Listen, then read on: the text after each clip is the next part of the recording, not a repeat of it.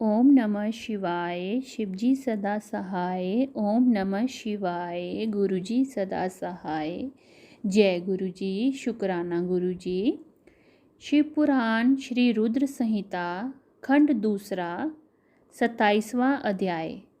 दक्ष द्वारा महान यज्ञ का आयोजन।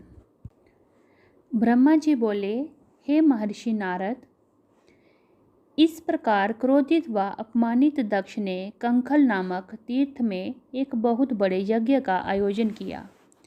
इस यज्ञ में उन्होंने सभी देवऋषि, महर्षि तथा देवताओं को दीक्षा देने के लिए बुलाया।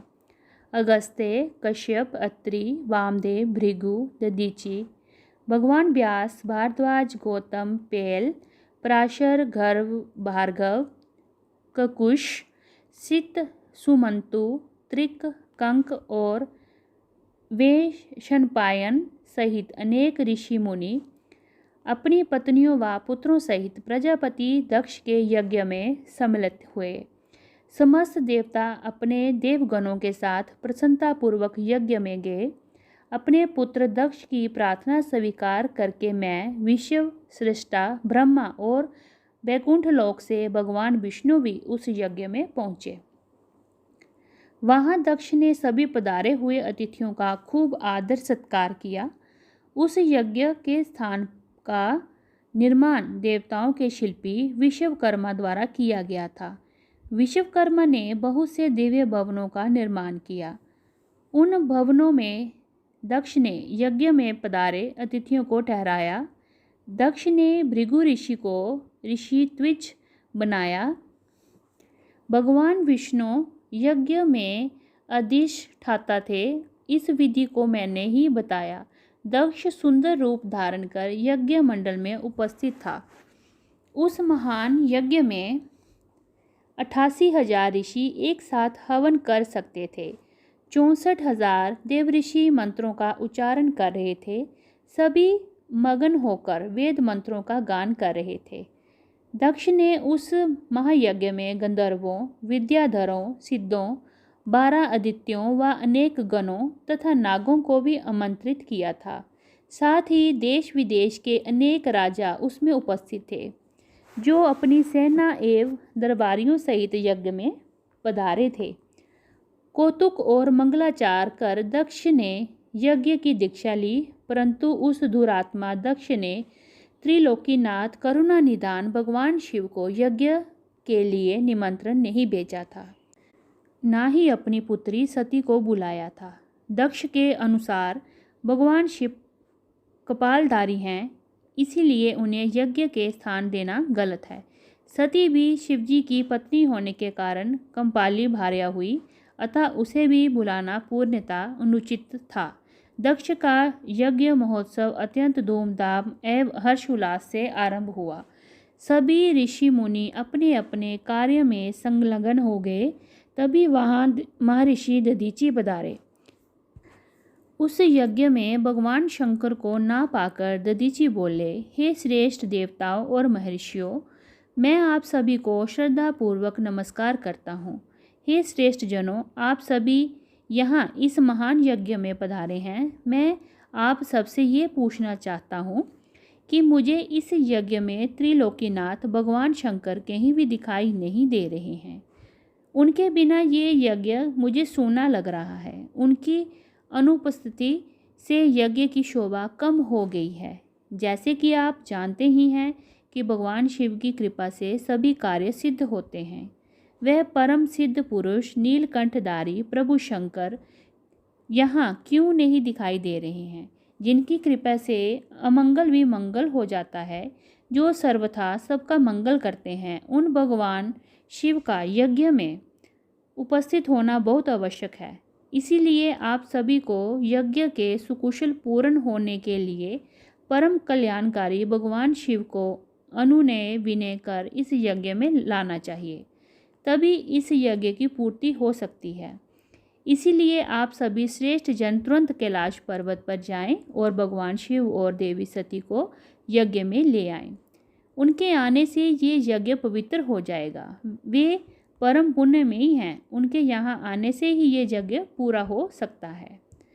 महर्षि दधीचि की बातों को सुनकर दक्ष हंसते हुए बोला कि भगवान विष्णु देवताओं के मूल हैं, अतः मैंने उन्हें आदर सहित बुलाया है।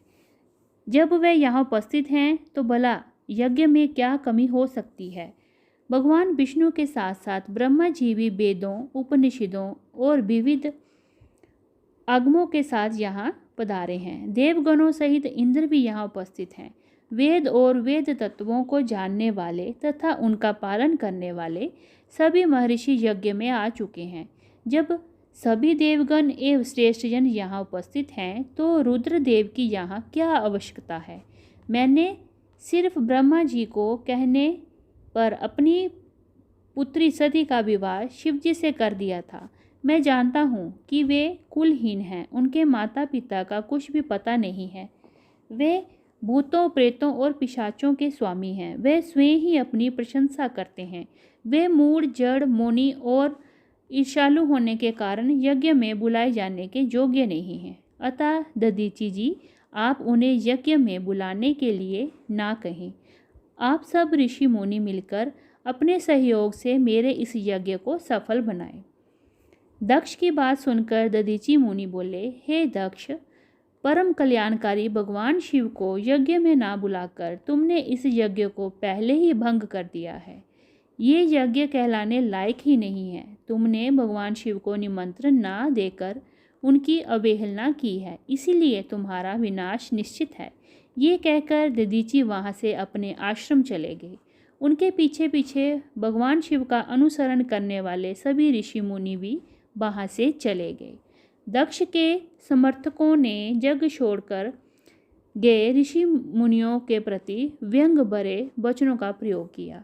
इस प्रकार प्रसन्न होकर दक्ष बोलने लगे कि ये बहुत अच्छी बात है कि मंद बुद्धि और मिथ्यावाद में लगे दुराचारी मनुष्य सभी इस यज्ञ का त्याग करके स्वयं ही चले गए हैं। भगवान विष्णु और ब्रह्मा जी, जो कि सभी वेदों के ज्ञाता हैं और वेद तत्वों से परिपूर्ण हैं, इस यज्ञ में उपस्थित हैं।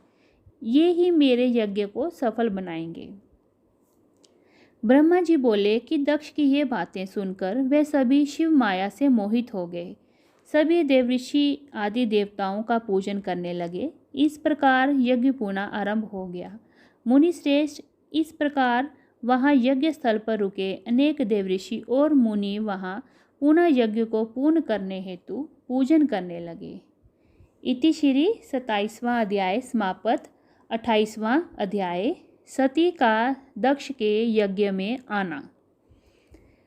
ब्रह्मा जी कहते हैं, नारद, जिस समय देवता और ऋषिगण दक्ष के यज्ञ में भाग लेने के लिए उत्सव करते हुए जा रहे थे, उस समय दक्ष की पुत्री सती अपनी सखियों के साथ गंधमादन पर्वत पर दारागृह में अनेक क्रीड़ाएं कर रही थी।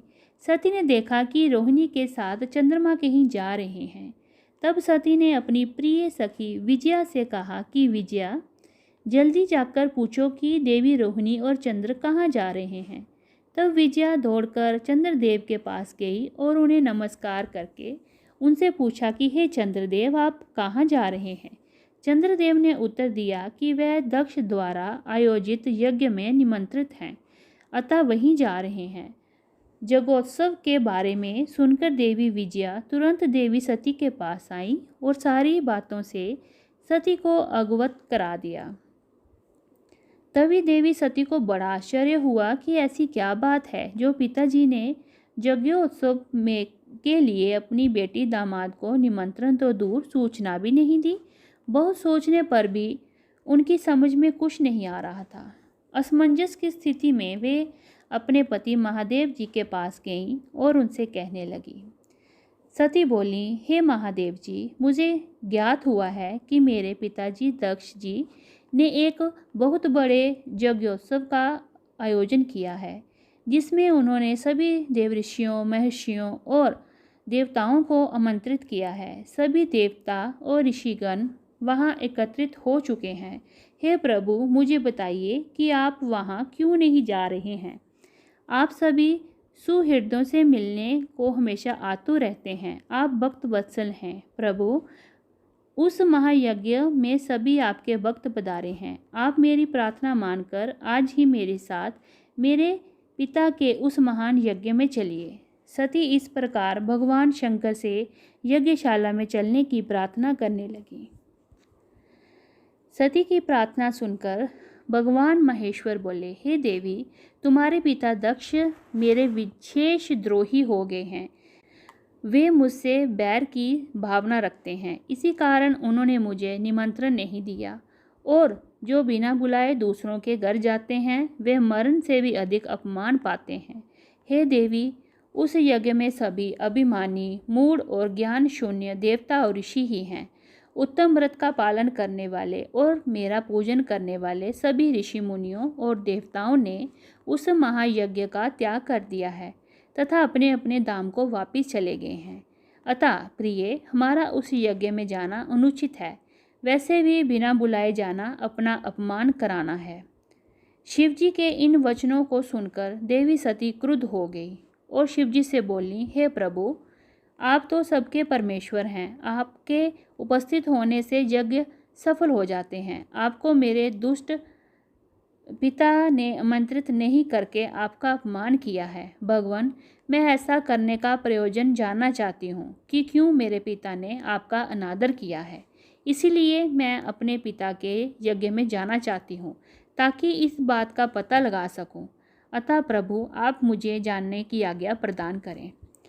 देवी सती के क्रोधित शब्दों को सुनकर भगवान शंकर बोले, हे देवी, यदि तुम्हारी इच्छा वहाँ जाने की है तो मैं तुम्हें आज्ञा देता हूँ कि अपने पिता के यज्ञ में जाओ।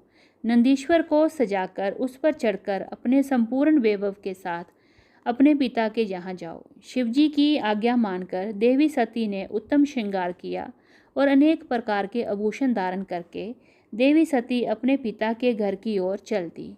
उनके साथ शिवजी ने 60,000 रुद्रगणों को भी भेजा।